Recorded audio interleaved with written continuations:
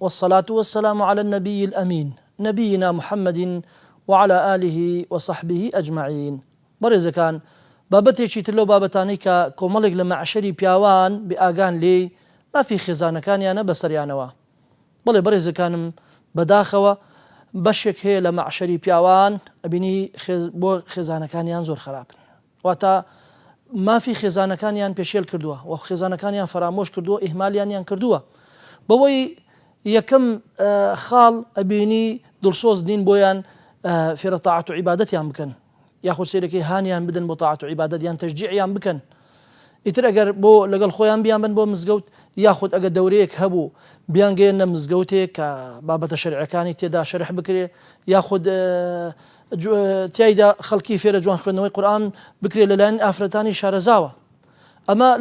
للايك تر هي نكر أمانك مصرفي خزانكي ببي بيويست ناكيشه وهي هستي بريندار أكابراكم نكر مصرفي ناكيشه بقرا بياويكي زور بليه أجر مال خزانكي ما بنا مالي غزوراني كيشي كان هبي أو يتر 24 ساعة إذا تشاو خزانك هستي بيبريندارك ياخو سيركي مي مگزایکی ئامۆزایەکی خزمێکی ئەگەر کێشەیەکی هەبێ ئیتر ئەم پیاوە وەک بنێشتەی بنددان چۆن ئەڵێ نایبڕێتەوە هەر ئەیجێڕێتەوە هەر باسێکا و هەستی خێزانەکەی پێ بریندار ئەکات بەداخەوە ئەمە هەمووی تاوانە لەلایەن بەشێک لە پیاوی خراپ و ئەنجام ئەدرێ بەرامبەر بە خێزانەکانیان و هەروەها بەشێکی تر لە بێئاگایی و لە تاوان کە کاتێ معشەری پیاوان ئەنجامیە ئەدەن ئەوەی هەنێ جار نا بەڕێزەکانم هەنێ پیاوەیە بەداخەوە توندە تەبیعەتە عەسەبیە جار ڕنگ بێ دەستش بەکاربێنێ هەنێ جار ڕنگ بێ جنێوی خراپ بدات چی بە خۆی بێ چی بە ماڵغەزورانی بێ و هەنێ جار مەثەلەن پێی ئەڵێ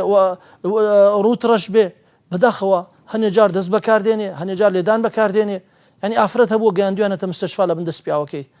آخر برای بەڕێزم بۆ ئەم کارە ئەکەی ینی دوایی هەر دەبێ مەمنون بیت و هەر بچی سوڵحشکەی لەگەڵیان یان ئەگە تەلاقشی دەی بە ناحەق و بە زوڵم هەر دەبێ هەمیشان جارێکی تر ڕجا بکەیتەوە لە ماڵە غەزوران و مەمنونیان بیت و خێزانەکەت بدەنەوە بەداخەوە بەشێکی زۆر هەیە لە معشەری پیاوان ئەبینی ئیلایەکی لەم سیفەتانەی تایە کە ئەمیش تاوانە لە کاتێکا پێغەمبەر صلی الله عليه وسلم ئەگادارمانەکاتەوە لە مافی خێزانەکانمان پێمانە فەرمێ وەلیزەوجیکە عەلەیکە حەقا و هەروەها بە هاوڕێکانی وت خەیڕوکم لئەهله وأنا خەیڕوکم لئەهله ئەویت ئەزانن باشترینی ئێوە ئەو کەسەیە کە بۆ عائیلەکەی خۆی بۆ خێزانەکەی خۆی چاکە و منش لە هەمووتان باشترم بۆ خێزانەکانم بۆ عائیلەکەی خۆم بەڵێ بەڕێزەکانم بەڕاستی پێغەمبەر صلی الله عليه وسلم ئەوەندە پیاوێکی بەڕەحم بووە ئەوەندە پیاوێکی بەڕێز و محتەرەم بووە ئەوەندە پیاوێکی دڵسۆز و بەوەفا بووە ئەینجارێک گەسەی ئەخلاق و ڕەوشتێکی کاتێککە خێزانەکانی ئەیجێرنەوە کە پێغەمبەر صلی الله عليه وسلم چۆن خۆشەویستی دەربڕێەوە بۆ خێزانەکانی ئیمڕۆ بەداخەوە لەناو معشەری پیاوان ئەگەر پیاوێک خۆشەویستی خۆی دەربڕێ بۆ خێزانەکەی ڕەنگ هەنێ پیاوی ترێک گلەی لێ بکەن هەم پیاوە ژنانەیە بەس خێزانەکەی گڕەدا پێغەمبەر صلی الله عليه وسلم بەڕێزەکانم ئەزانن چۆن خۆشەویستی دەربڕێ بۆ خێزانەکانی زۆر جار دایکە عایشای جێڕێتەوە ئەیجێڕێتەوە ئەڵێ پێغەمبەر صلی الله عليه وسلم زۆر جار من دانیشتومە ئەو درێژ بۆ سەری کردوتە کۆشمەوە یان سەری ناوەتە بان ڕانێەوە و قورئانی خوێندووە سبحان الله یاخود خۆشەویستی دەربڕیەوە بۆ عایشە کاتێککە ئەڵێ جاروا هەبووە لە هەر شوێنێ لە گڵاسەکە یاخود دەو قەدەحەی کە ئەم ئاوی تای بخواردایەوە ئەڵێ شوێنێ دەمی خۆیان نایەوە شوێن دەمی منەوە سبحان الله يعني ئەمە ئەو پەری ڕێز و احترامە کە پێغەمبەر صلی الله عليه وسلم ئەو پەری خۆشەویستی کە دەری بڕێ بۆ خێزانەکانی کە بگەڕایەوە ماڵ سیواکێ کرد ئەویتنەوە کە بۆندە من بێ خێزانەکانم سێرەکەی بێزار بن یعنی چکە ئەوانش مرۆڤن پێغەمبەر صلی الله عليه وسلم مرۆڤ بووە بە هەمان شێوە بەڕێزەکانم پێغەمبەر صلی الله عليه وسلم ئەوەندە پیاوێکی بەڕێز و ئەوەندە محتەرەم بووە ئەوەندە توانیوێتی کە چارەسەری کێشەکان بکات ئەگەر خەلەلێک نوقسانێکشی بینی بیان قسەیەکی جۆ لێبوو بێ بە حەیاتی خێزانەکانی جێرنەوەڵێن دەستی بەکار نەهاوت بۆ لێدانی هیچ کەسێ نە هیچ مناڵێ نە هیچ خێزانێ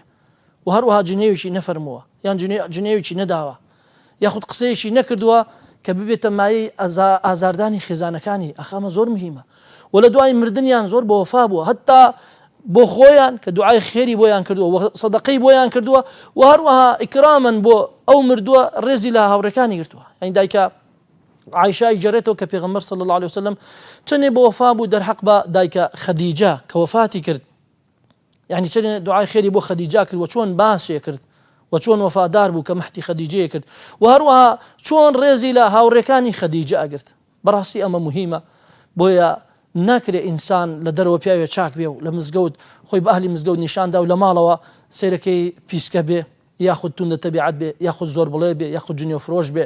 یعنی تەدەخلی هەموو گەورە و بچکێک بکە لەو ماڵە کە ژن لێ بێزار بێ مناڵ لێ بێزار بێ.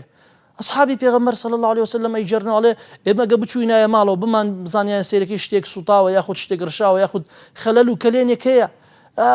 لە خەلەل و کەلێنەکانی ناوماڵ کونا نەتەغافل، یعنی چاوپۆشیمان نەکرد. بەڵێ بەڕێزەکەم تو بچیتەوە ماڵ و لەسەر شتێک ڕشاوە شتێک سوتاوە شتێک نەکراوە تۆ تەواو بکەیتە کێشە و بیگەێنیتە دەستە و یاخە و لێدان و بگاتە تەلاق و تۆراندن، بەڕاستی ئەمە کارێکی ناشیاوە. ئینسانی موسڵمان ئەهلی مزگەوت نابێوا بێ ئەو حەلەی ئێمەی معشەری پیاوە لەگەڵ ئافرەتەکان لەگەڵ خێزانەکانمان تەنانەت سەبرە براکەن، تەنانەت ئارامگرتنە و تەنانەت چارەسەرکردنی کێشەکانە بە قسەی خۆش. ئافرەت زۆر پێویستی بە قسەی خۆشە و هەروەها لە کاتی پێویستدا تۆ کاتی زانایانە فەرمن کاتێکە دەستێ جلوبەرگ بۆ خۆتەکەی بۆ خێزانەکەتش بیکە، خواردنێکی تایبەت ئەخۆی بۆ خێزانەکەت و بۆ مناڵەکانش بیکڕە. عولەما فەرمن ئەوە جائیز نییە پیاو خۆی تایبەتمەندکە بە خواردنێ و خێزان و مناڵەکانی ئەوە نەخۆن و هەروەها خۆی تایبەتمەندکە بە جلوبەرگێکی گرانبەها و بۆ خێزان و مناڵەکانی نەیکە. ئەوە نەعەدالەتیە براکان لەگە ئینسانی ئیمانداری ڕاستەقینەیە شیاو نییە. یا ربی خوا ئیسلاحی حالمان کەی و ئیسلاحی حالی خێزانەکانمان کەی و ئیسلاحی حاڵی ماڵ و مناڵەکانمان کەی. آمين آمين وآخر دعوانا أن الحمد لله رب العالمين. احذر احذر من أسباب الغفلة،